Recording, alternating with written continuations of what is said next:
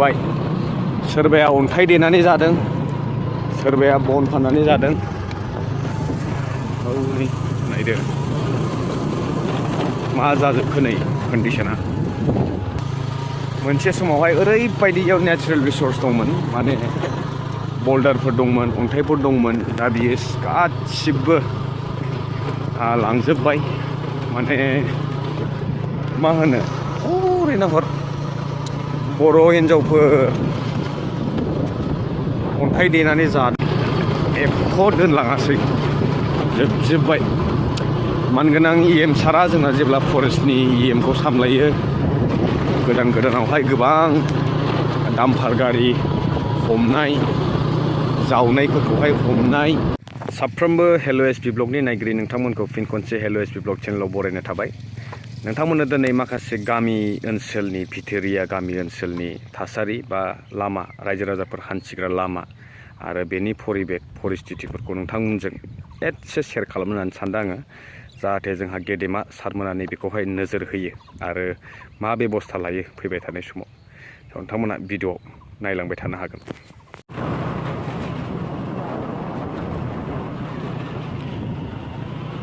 परिबर्तन सरकारनि लामा नैबे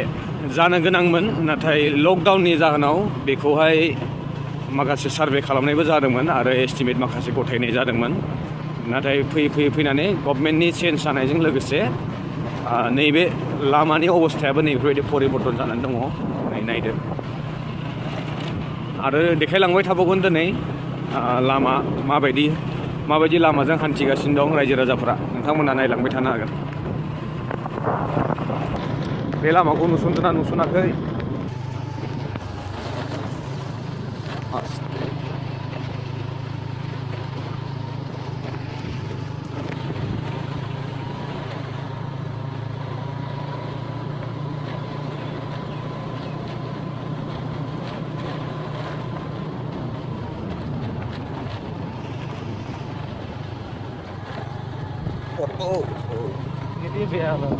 ini via Aliguri via Odalguri Jharbasti lama नोंथांमोना नायलांबाय थानो हागोन उत्तरकुची रेभिनिउनि आन्दाराव मध्यम बास्का मौजा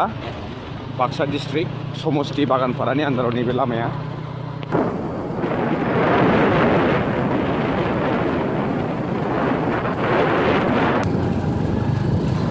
दैमा मोनसे मोनजेनबाय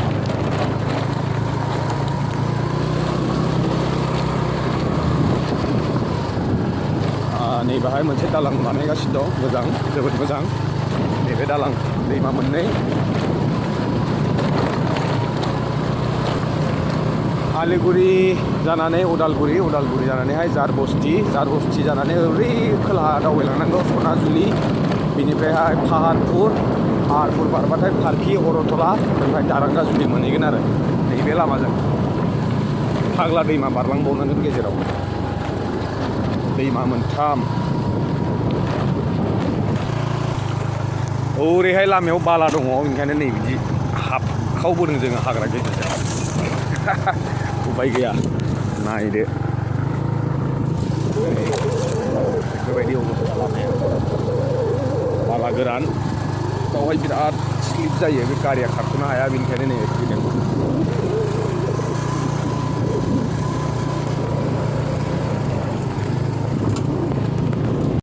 दैमा बारबोबाय नै दासो मानसिफोर दुगैनायखाय भिडिअखौ पस्ट खालामथ'दोंमोन आङो स' अदालगुरि बारबोबाय नैबे जारबस्ति गामि मोनबाय नैबेयाव खालबार मोनसे दङ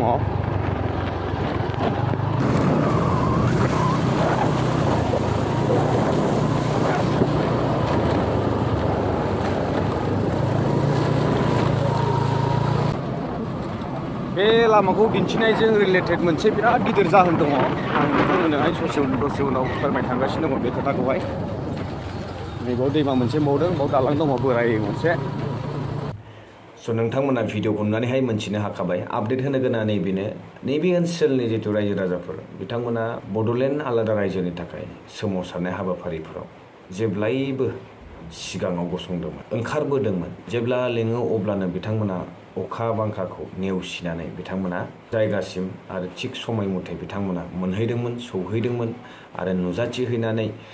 गावनि बेसेन गोसा समखौ लानानैहाय बिथांमोना बर' रायजो राजाफोरनि थाखाय बा आलादा रायजोनि थाखाय सासे दैदेनगिरिनि खावलायनायाव फोथायनानै बिथांमोनजों खारफादोंमोन। थिग एखे लेखायैनो बिथांमोननि थिननाय बायदि, बिथांमोननि लामा दिन्थिनाय बायदि हान्थिदोंमोन। नाथाय दिनै बिथांमोननि गामि ओनसोलनि थाबायग्रा लामा बा लोंग्रा दै बायदिसिनानिफ्राय लानानै गोबां जेंना जेंसि दङ। मोसौ मोसा दैमा बारहोनाय, गांसो जानो थाखाय मोसौ लांनाय बायदिसिनायाव गोबां जेंना नुजाथिनायखौ नुनो मोन्दों। नाथाय बेफोरखौ दिनै गेदेर गोलाव गेदेमा सारमोनाथ' नुफैस'ला बा मिन्थिस'ला। नाथाय जायगानि माखासे दैदेनगिरिफोरा बेफोरखौ रायजो राजाफोरनि सिगाङावहाय बोरैहाय मा फोरमायनो सानदों। बिथांमोना दिनै रायजो राजाफोरखौहाय नैबेफोर नुथायखौ नुनानै बा रायजो राजाफोरा बेफोरखौ नुनानै दिनै मानो नोंथांमोना गाव गावनि गामि ओनसोलनि बेफोरबायदि थासारिफोरखौ सम थासेयावबो बुंनानै लायाखै बा सम थासेयाव मानो खावलायाखै दैदेनगिरिफोरखौ जे बेफोरखौ थाबैनो मावनानै होनांगौ होननानै। जियानो हक, जोङो एज अ सिटिजेन, जोङो जायगानि थागिबि हिसाबै जोङो बयहाबो फार्स्ट दायथ'आ नैबेनो जे जोङो समाजनि खामानि, जोंनि राजुहुवा खामानिफोरा सिगां जाग्रोनांगौ। नाथाय बेक्तिगत जुदि जोङो सानबाय थायोब्ला जोंनि गामि ओनसोलफ्रा नैबेफोरबायदि गोलैसोनानै थाबाय थागोन। जायखि सरकार फैया मानो दिनै जोङो बुंनांगोन किसुमान थांनाय बारग' सरकारफोरावबो जे खामानिया जायासै बा माखासेखौ मावबाय, माखासेया आद्रा थालांबाय। नाथाय जोङो सोलायनायखौ लाबोदों जिहेतु, परिबर्तनखौ लाबोदों जिहेतु, जोङो चेन्जखौ नुनो मोननांगोन। नंगौना नङा रायजो राजा? दिनै चेन्जनि मुङावहाय जुदि जोङो खुगाजोंल' चेन्ज होनानै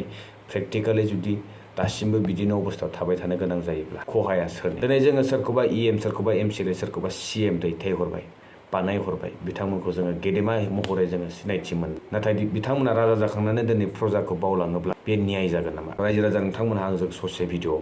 आरो दान्दिसे सम थाफाबावोब्ला गासिबो खोथाखौ नोंथांमोना जोबजासिम मोनथिलांजोबनो हागोन आरो आंजों जुथे नैबे लामाजोंहाय सारमोननि VIP गारिया खारनो हानाय नङा आरो बिनि थाखायनो बिथांमोना बिथिंहाय फैया जानांगौ। आरो नायदो बेफोरबायदि हाखर हाला, अन्थाइबारि,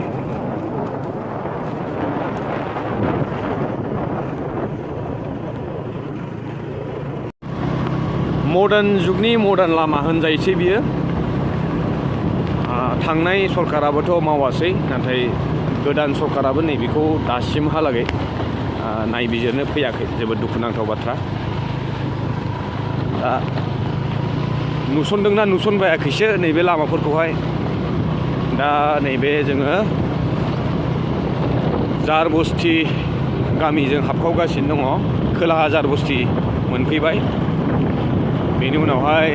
सनाजुलि मोनसिगोन।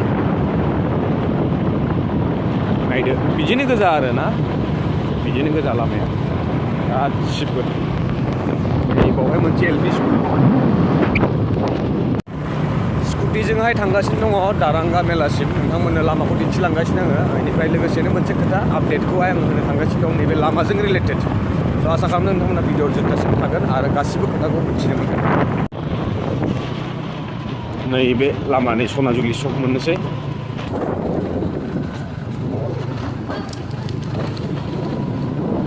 सनाजुलि सक मोनफैबाय,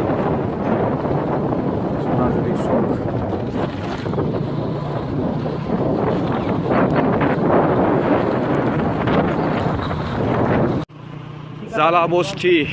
जालाबस्ति ना मा बिदि ओरै साहाहाय दङ आरो। ओमफ्राय नैबे गेजेरजों फाग्ला दैमा हाबखावलांनाय नैबे लामानि अबस्थाखौ नायोब्ला नोंथांमोना आसरित मोनगोन। नै बिदिब्ला नैबेजोंहाय नोंथांमोननि जोंहा गेदेमा सारमोननि VIP गारिफोरखौ बेजोंहाय खनसे लाबोखावनांगौ। अब्लाना बिथांमोना मोनथिनो हागोन लामानि कन्डिसनाहाय माबायदि जानानै दङ। नायदो गाहाय गोजौल'खा आरो अन्थाइ बाला।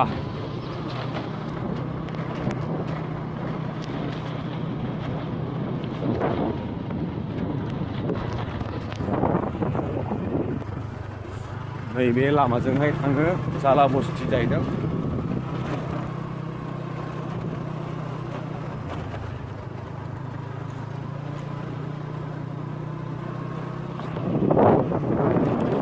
फाग्ला दैमा मोनबाय। आरो जोबोर इन्टारेस्टिं खोथा परिबर्तन गभर्नमेन्ट फैनायनि उनावहाय किसुमान गोरिब गुन्द्राफोरनि खामानि मावनाय दांनायफोरा चेन्ज जागोन बा परिबर्तन फैगोन होननानै बुंदोंमोन नाथाय बेखौ नुनो मोनाखै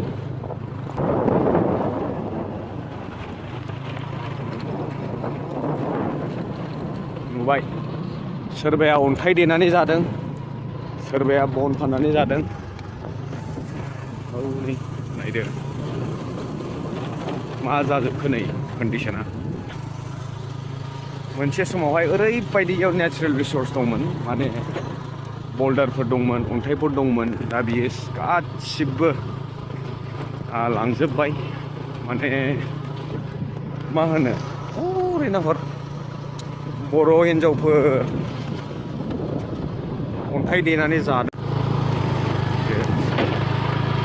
बेयावहाय मा रिसोर्स दंबावो दायो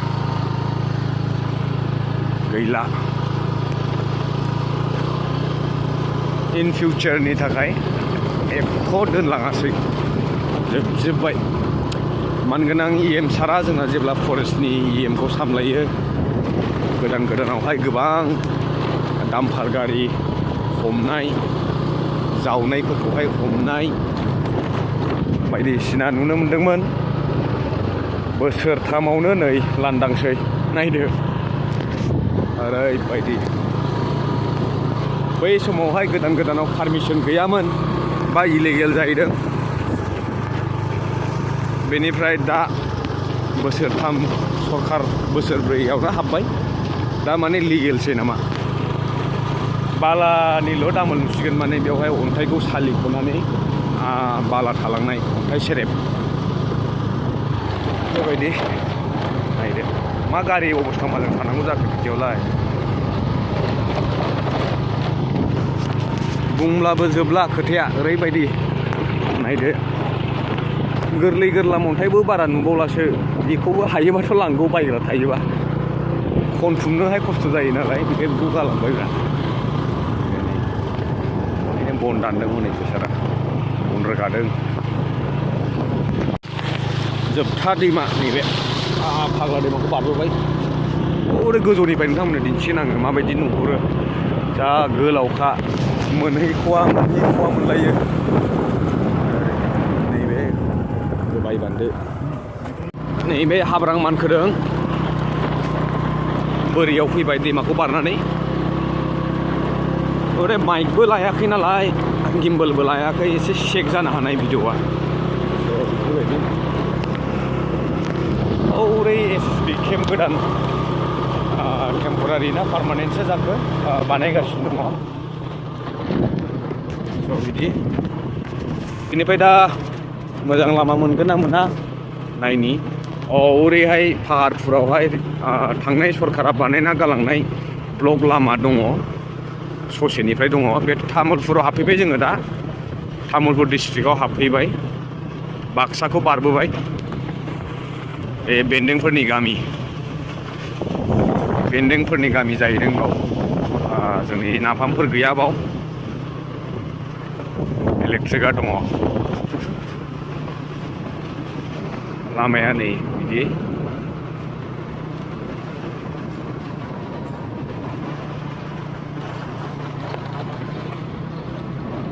ओरैनिफ्राय दङ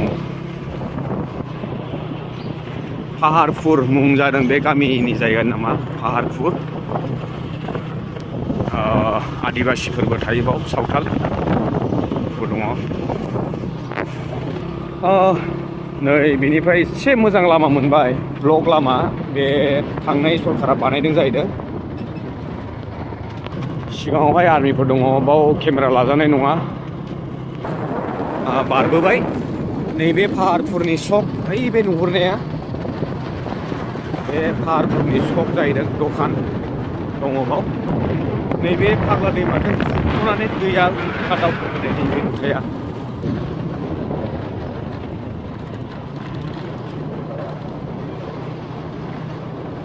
सक बारबोबाय सर्टकाट ओरैबो लामा दंमोन नाथाय लामाया जोबोद गाज्रि बेजों थांजानाय नंला ओरै थांसै जोङो सिदा मोजां आबाद मावथावना जायगा गैया बाव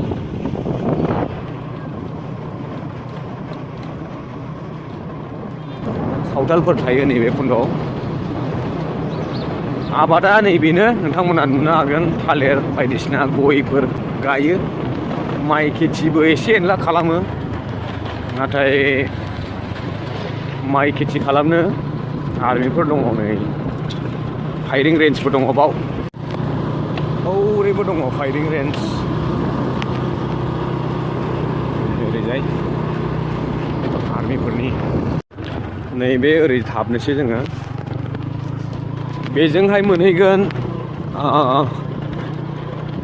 सुखानजुलि होननाय गामि नैबे लामाजों फोथार गेजेरजोंनो नै लामाया नायदो बिथिंबो लामाया बिदिनोसै ससेल' ब्लक लामा मोनबाय बेनिफ्राय नै बिथिं गोजासै सुखानजुलि जोबोद फेमास सुखानजुलिया मानो होनना बुङोब्ला बावहाय मोनसे फायरिं रेन्ज दङ आर्मिफोरनि बा जिखुनु पेरामिलिटारिबाबो बयबो बेवहाय फायरिं कर्स शुटिं कर्स लानो थाखाय बेयावनो गोदान गोदान रिक्रुट जानायफोरा फैजोबो बिदि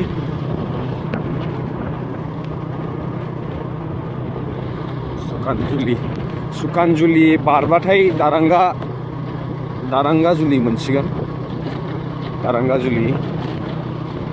सामद्रुप जंखार भुटाननि बर्डार बिदि कमेन्ट बक्सआव कमेन्ट्स खालामहरनो दाबाव नोंथांमोना मा नुखो मा मोनथिनो हाखो नैबे भिडिअनि गेजेरजोंहाय भिडिअआ जोबोद गोलाव जालांबाय बेनिफ्राय सेकेन्ड एपिसड लाबोबावसिगोन आङो दारांगायावहाय मानो थांगासिनो दङ आरो मा खामानिनि थाखाय बेखौहाय नोंथांमोननो सेकेन्ड एपिसडआव आङो शेयार खालामनो थांगासिनो बिदिब्ला जोबथारनायाव नोंथांमोननो फायरिं रेन्जखौ दिन्थिलांनो नाजागोन बेनिफ्राय नेक्स्ट एपिसडआव नोंथांमोन लोगो मोनसिगोन दारांगा जुलियाव थांनाय मानि थाखाय थांनाय दे stay tune and bye bye see you in the next video नैबे एरियानो फायरिं रेन्ज एरिया बावनो आर्मिफोरनि केम्पफोरा बसायो जोबोद गिदिर गिदिर अस्त्रफोरखौहाय नैबेयाव नुनो मोनो नाथाय भिडिअ खालामनो होआ दिनै गैया बिथांमोना नैबे फट'खौ नायनो हागोन हरै हाजोखौ नाहरनो हागोन नै लांदां जाजोबखाबाय गावै बिदि